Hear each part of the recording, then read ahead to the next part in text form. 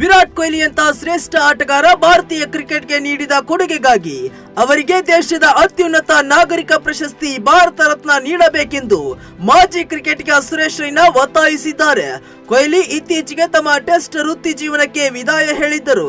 ಕೊಹ್ಲಿ ಅವರ ಈ ನಿವೃತ್ತಿ ಕ್ರಿಕೆಟ್ ಅಭಿಮಾನಿಗಳಲ್ಲಿ ಅನೇಕರಿಗೆ ಆಘಾತವನ್ನುಂಟು ಮಾಡಿತ್ತು. ಏಕೆಂದರೆ ಕೊಹ್ಲಿ ಟೆಸ್ಟ್ ಕ್ರಿಕೆಟ್ನಲ್ಲಿ 10,000 ರನ್ಗಳ ಗಡಿಯನ್ನ ತಲುಪಲು ಕೇವಲ 770 ರನ್ಗಳ ದೂರದಲ್ಲಿದ್ದರು.